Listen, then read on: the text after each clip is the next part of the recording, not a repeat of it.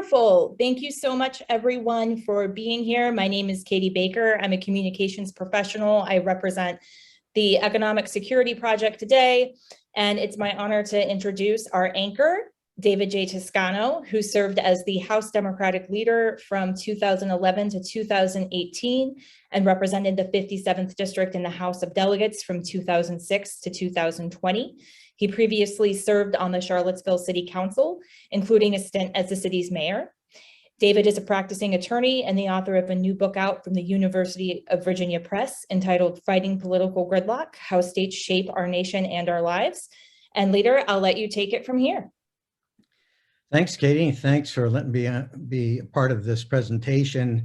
We're here today to talk about the significance of passing President Biden's Build Back Better agenda. As we all know, working families really had it very difficult during the pandemic, and that has continued to be a problem. This legislation is an ambitious and historic plan that will lower the costs of working families by making the tax code fairer and requiring corporations and the wealthy to pay their fair share. We may never get another chance to pass such an ambitious agenda that includes a lot of things that are going to be discussed today, including the child care tax credit and jobs and a lot of other things for working families. Not only is the Build Back Better plan good policy, it's good politics. We know from a recent poll done by Quinnipiac that it has broad popular support around the country. And so today we're going to have several advocates who are going to talk about specific provisions in the bill, like family leave, the child care tax credit, things that will address the climate crisis and advance environmental justice, creating good paying jobs for union folks who can help feed their families. Our first speaker today is Chris Lane, who is the Senior Policy Manager of the Virginia League of Conservation Voters. I'd like to turn it over to Chris and have him tell us about his portion of the bill. Thank you. Across the country, there's a growing and increasingly vocal consensus that the United States must act now to address climate change. In Virginia, record rain-induced flash flooding occurs inland, while sea level rise causes sunny day flooding that threatens homes, businesses, roads, and sewers in Hampton Roads. Out west, wildfires and record droughts devastate communities and forests, sending plumes of smoke that impact air quality even here in Virginia. Here's the bad news. We are and will continue to experience the impact of climate change, and we must act to prepare our communities to deal with it. Here's the good news. According to the best science available, we still have time to prevent the worst impacts of climate change if and only if we act now. Since the election of a conservation majority, Virginia has become a state leader in combating climate change.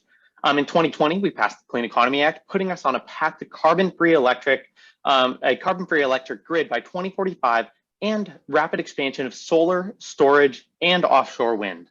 In 2021, we adopted a clean car standard, transit modernization study, and an expansion of passenger rail that'll combat transportation emissions that make up nearly half of the Commonwealth's carbon footprint. States across the country are joining us and stepping up to the plate.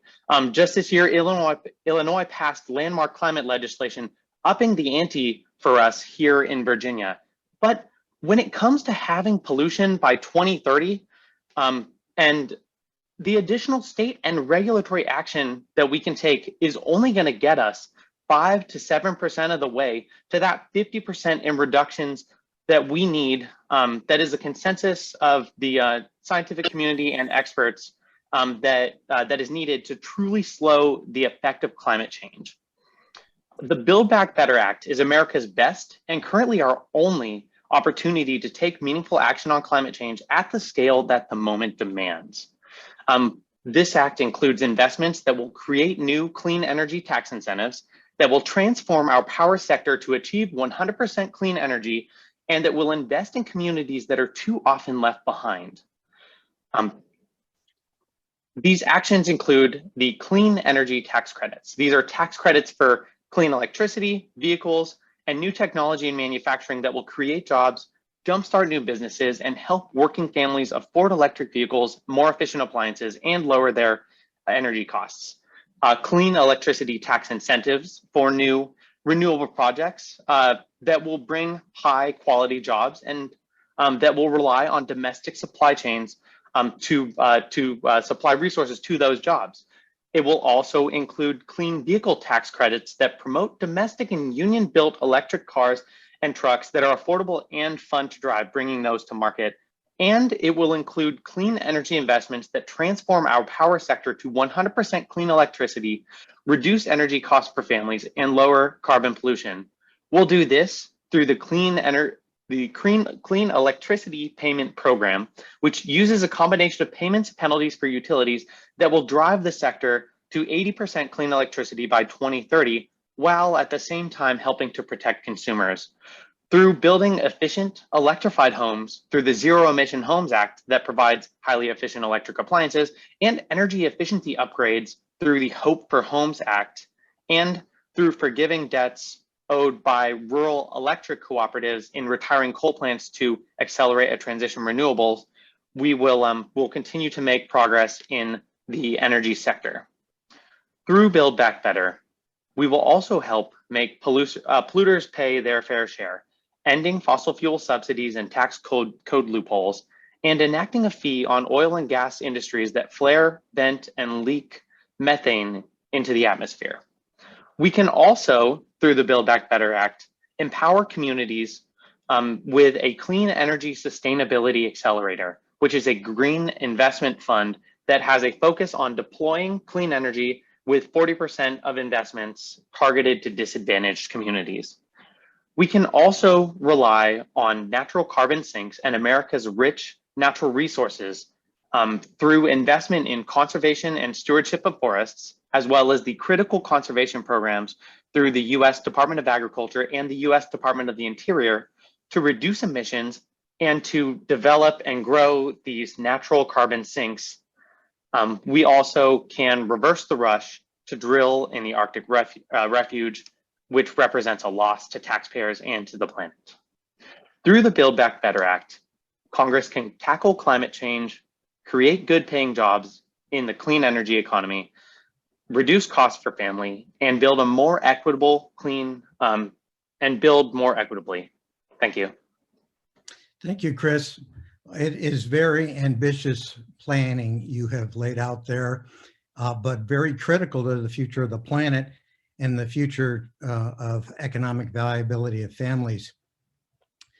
Our next speaker is Natasha McKellar Crosby, who is a board member of Main Street Alliance.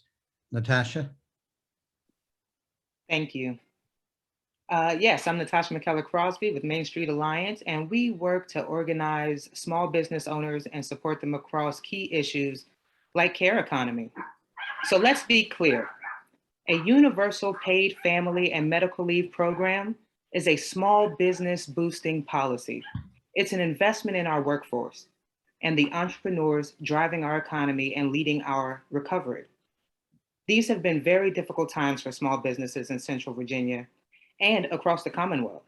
Many entrepreneurial dreams have been deferred, diverted, or dashed altogether. Now more than ever, our businesses, they need our support. They need tools and resources to help them navigate the shared challenges we faced. Some of those challenges are new, and some have been long-standing challenges that were laid bare by this pandemic.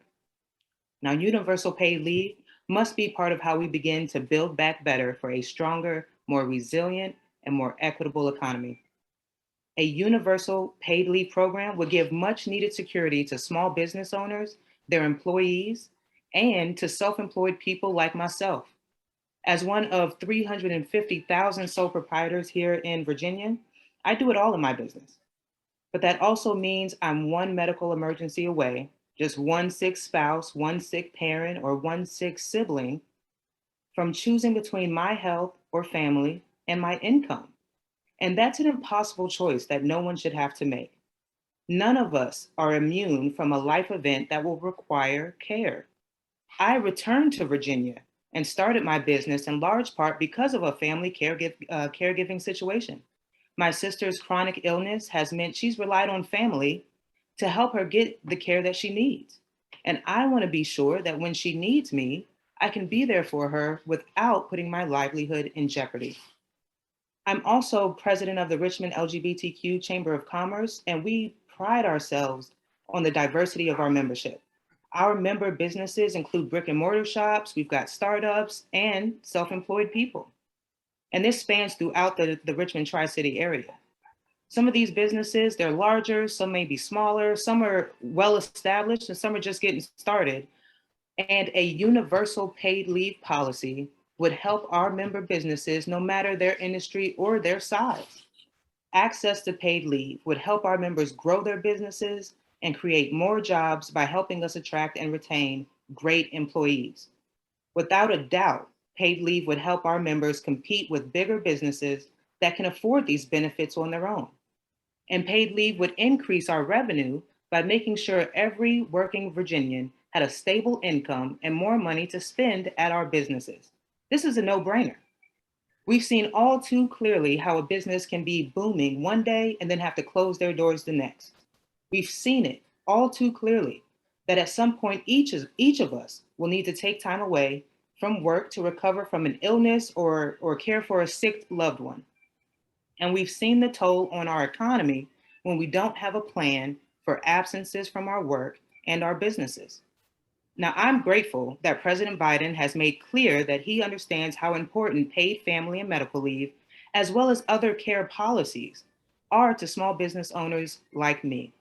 His Build Back Better agenda would put investment where it is needed the most, in the small businesses and families that form the backbone of our communities. For our small businesses, for our employees, and the communities that we serve, let's pass the Build Back Better agenda, including a strong, universal, and affordable paid family and medical plan now. Thank you. Well, thank you for explaining that element of the program, which is critically important. Right now, I'd like to turn it over to Sarah Steele, who is the director of No Kid Hungry Virginia. Take it away, Sarah. Thank you and good afternoon, everyone. There are thousands of kids in Virginia who are struggling with hunger and poverty, and we must take action on behalf of these kids. So that's why No Kid Hungry Virginia and our parent organization Share Our Strength are calling on Congress to prioritize 3 nutrition-related policies in Build Back Better. The first is the Summer Electronic Benefit Transfer Program, or Summer EBT. It's a long name, but the short summary is that this benefit helps families buy more groceries in the summer months when school meals might not be accessible or readily available. This program is a lifeline for families when school is out of session, and we need to make it available nationwide. The second priority that we hope to see happen is the expansion of the Community Eligibility Provision, or CEP. This is an awesome program that helps eligible schools cut through red tape to serve free breakfasts and lunches to all students in that school building. Now, Virginia already has excellent CEP enrollment under the current standards, but the provisions in Build Back Better would expand the program to approximately 400 schools and 300,000 additional Virginia students. So altogether, CEP in Virginia could have the potential of reaching over 60% of the Virginia student population with a free breakfast and lunch. That's over 60% of the Virginia student population with a free breakfast and lunch. So those are 2 nutrition-related provisions, and everyone is in favor of feeding our children, but we know that it takes more than food to fight hunger. And the most important thing that we can do for a child who is experiencing hunger is to make sure that parents and caregivers are in a position to support and feed their children. So that's why our third priority is the extension of the improved child tax credit so that this benefit can impact the kids that need it the most. For a little bit of background, in March 2021, the American Rescue Plan put in place a 1-year expansion of the child tax credit. This increased the benefit and for the first time made it available to America's hardest hit families. These are families whose incomes were previously too low to qualify for a tax refund. And it is really hard to overstate the impact that the child tax credit can and is having on the lives of our kids. This program has the power to cut child poverty in half. It advances equity, it strengthens families, and it fights hunger by making sure that parents and caregivers are in a place to be able to support and feed their kids.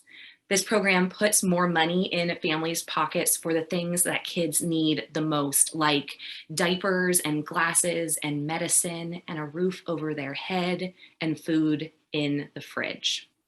So most families, those who paid taxes in 2019 or 2020, are automatically enrolled to receive the child tax credit. But families who need this benefit the most will have to enroll by November 15th. And there are over 530,000 kids in Virginia who previously did not qualify for the child tax credit because their family incomes were too low. These are the families who need the benefit the most, but they are also at the families who are at risk of losing this critical benefit if Congress does not act. So in conclusion, Virginia has a really impressive network of stakeholders and organizations who have stepped up to improve nutrition security for our neighbors. But the federal programs that I just talked about have been a crucial component of the Commonwealth's response to the COVID-19 crisis, and they're just essential components of child food security in general. So this is a time to be bold and create true transformation for our kids. Congress needs to prioritize summer EBT, the community eligibility provision, and the child tax credit. Thanks. Thank you, Sarah. You know, behind all those letters are people who benefit by these programs. And I think as you explained, at least with child tax credit, if people didn't know that that program is effective, all they needed to do is see what happened during the pandemic when it was expanded. And I think what you're asking for and what this program suggests is that we continue that expansion into the future on a program that works. So, and a lot of the things that are being discussed today have been either proposed or implemented previously, and we just simply want to expand them because they work so well. So now we'll close with a video message from Eddie Barkin, which Maricela is going to play for us. He's going to share it with us. Maricela, can you do that?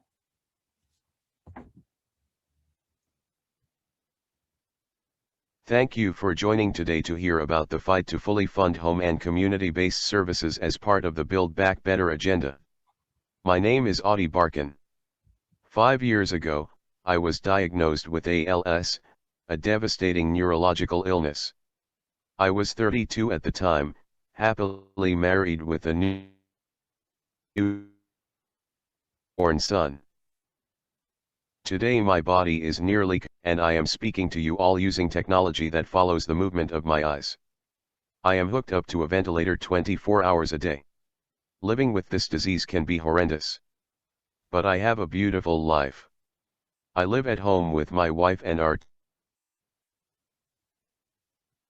2 kids, whose lives I get to participate in social justice. And it's all possible because I have 24-hour home care. I can afford this care because I forced my health insurance company to pay for most of it.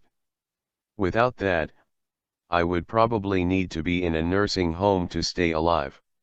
And, to be honest, I don't know if that would be a quality of life that I would be willing to tolerate. So, home care is literally keeping me alive. But in Virginia and across the country, millions of disabled people and seniors do not have access to home care. Over 30% are on Medicaid's waiting list for home and community based services and without any other options, many are forced into unsafe nursing institutions.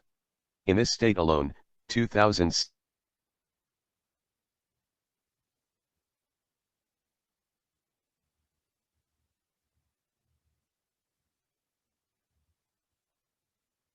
coronavirus since the pandemic began. Family and we have not invested in the people who care for them, either. Funding will also raise wages for professional caregivers, the majority of whom are women of color. And it will give new choices to the 1 in 10 caregivers who were forced to leave their paid jobs to care for a loved one. People understand the benefits of this investment. That's why an overwhelming majority of voters across the political spectrum support it. I'm grateful to the Virginia representatives who've already committed to full funding. Voices are important, but we need every state on board to secure this landmark investment. I know Senator Warner will join us because this is our chance, an unprecedented opportunity to improve the lives of disabled people, seniors, care workers, and their families. Every person deserves to live safely and with dignity. Now is the time to extend that fundamental right to all with full funding for home and community-based services.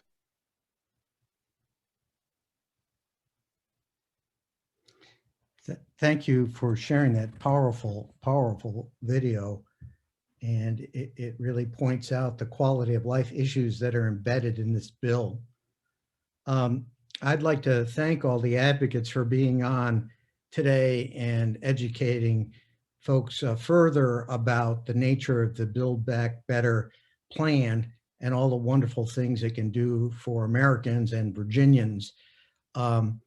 Katie, I'd like to turn it over to you briefly to ask if there are any questions that reporters have that want to be directed to any of us. Sure. If reporters have any questions, I think we're small enough that you can just unmute yourselves and ask, or otherwise drop it in the chat. Sure, this is Amy from Dogwood, and I just think that y'all have raised such important issues today, and ones that I think not only Build Back Better, but also the right leaders can help accomplish or at least get the ball rolling on. But in non-presidential election years, historically, the voter turnout just isn't as good. So in your opinion, and from your different standpoints, why is it so important to get out there and vote this election season? Well, if I might answer that from personal experience, the control of the country runs through the states. There's no doubt about it, because the states control how people cast their votes, who can vote, how they can vote, what ID they have in order to vote. The states write the rules about how district lines for Congress are drawn, and therefore determine a lot about who sits in the congressional seats that cast votes on these very issues.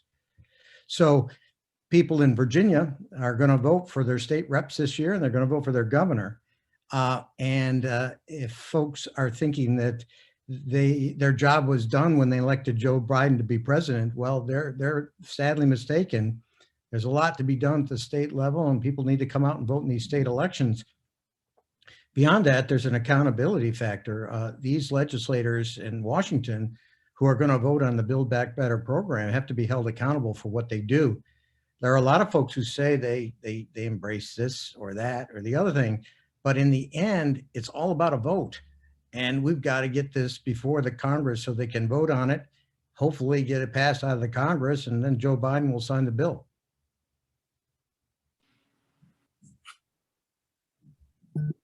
Good afternoon. This is thank you, Katie. This is John Reed from PW Perspective. Thank you so much for this presentation. I think it's much needed and stated. We need to have the Congress support this as much as possible. One of the questions I had was particularly within marginalized communities, communities of color, and how this will benefit, especially in terms of investments in affordable housing and be able to take care of families in those communities. Sure. Just anybody, if any of the advocates want to jump in, you're welcome here. Sure. Affordable housing is transit policy, is climate policy.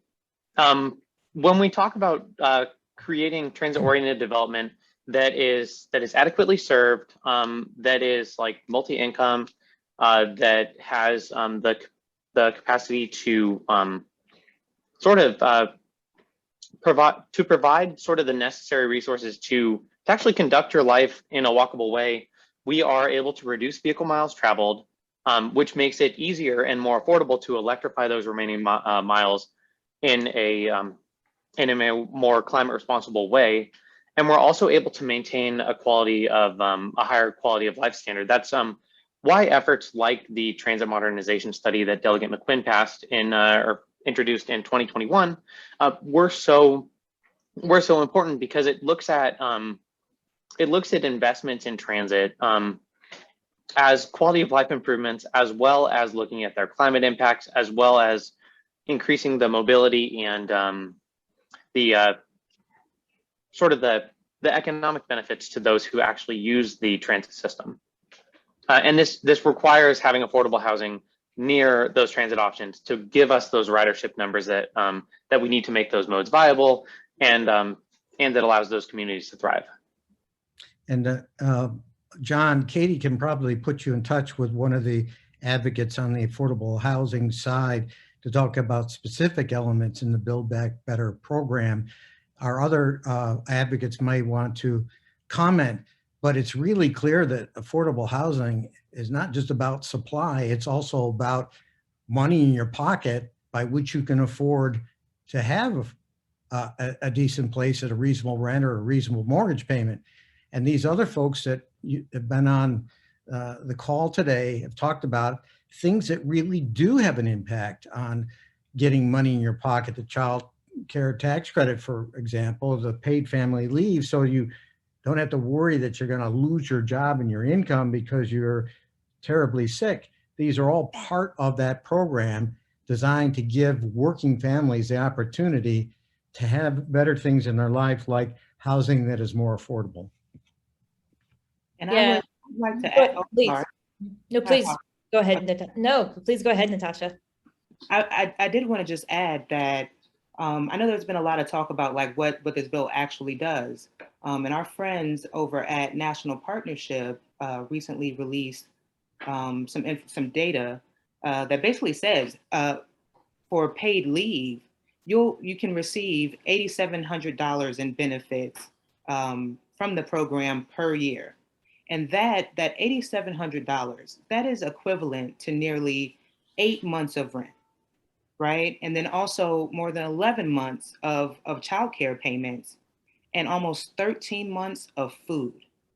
So that $8,700 that paid leave, a paid leave program would provide is tangible in the lives of people that can at least help in the need for affordable housing. It can help in the need for being able to afford childcare payments, right? Being able to afford food. This is what paid leave can do in those realms. Sarah, I think. Well, to all of you, yes, thank you for pointing out the interconnectedness of all the different provisions that we talked about today. And just the other piece, John, that might be useful to you. I am sure you have seen this data already, but the Social Policy Institute used census pulse data to take a look at how families were spending the child tax credit payment. It's broken down by state, and in Virginia, 50% of respondents, number one was food, which makes sense, but 29% reported spending child tax credit funds on rent and mortgage. So I think that further points to the interconnectedness of everything. Yeah, that's fantastic. I was also going to point out the Annie E. Casey Foundation put out a similar study on how Virginians were using this, and housing was definitely in that study as well, listed among top needs. And I just dropped that in the chat as well. Did other advocates want to jump in? This is Daniel from HuffPost.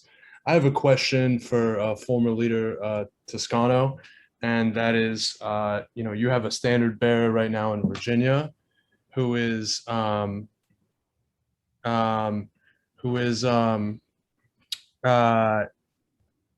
distancing himself from both the president and the president's agenda, saying that the top line figure of $3.5 trillion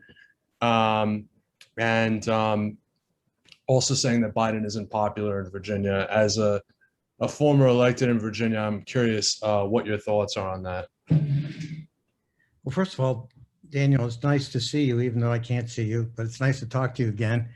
Yeah, I mean, I do not speak for Governor McAuliffe, but I can tell you this.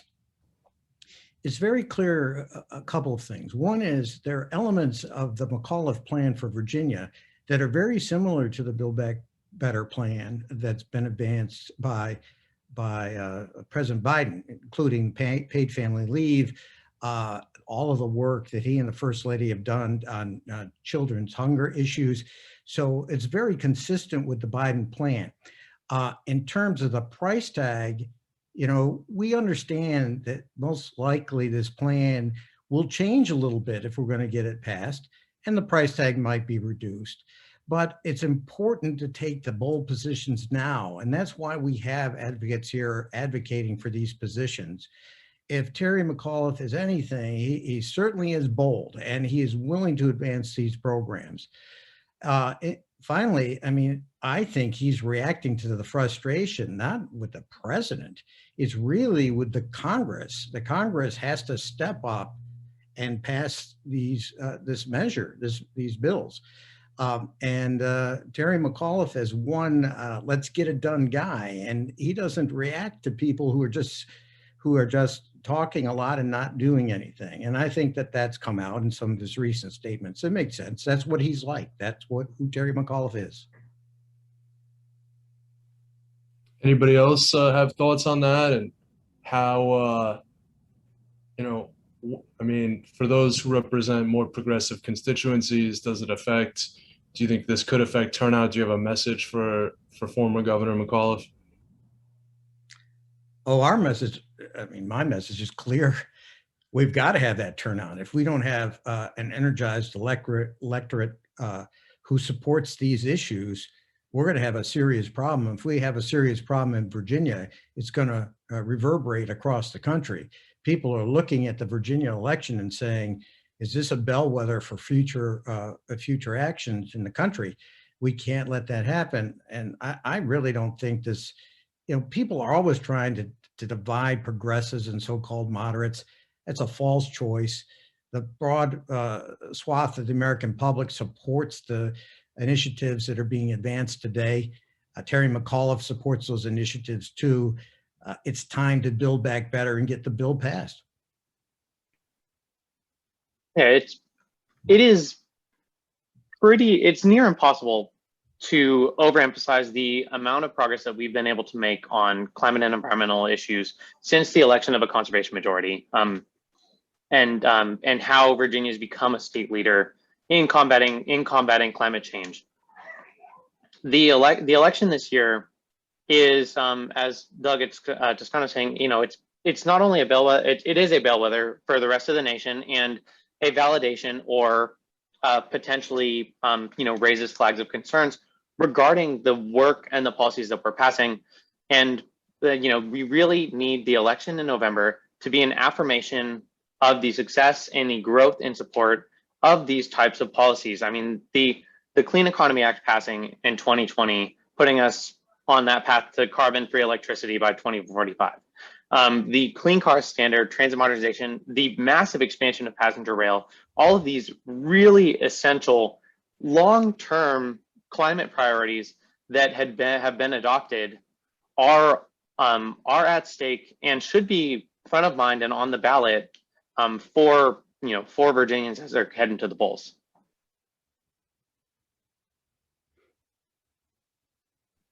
Anybody else want to jump in?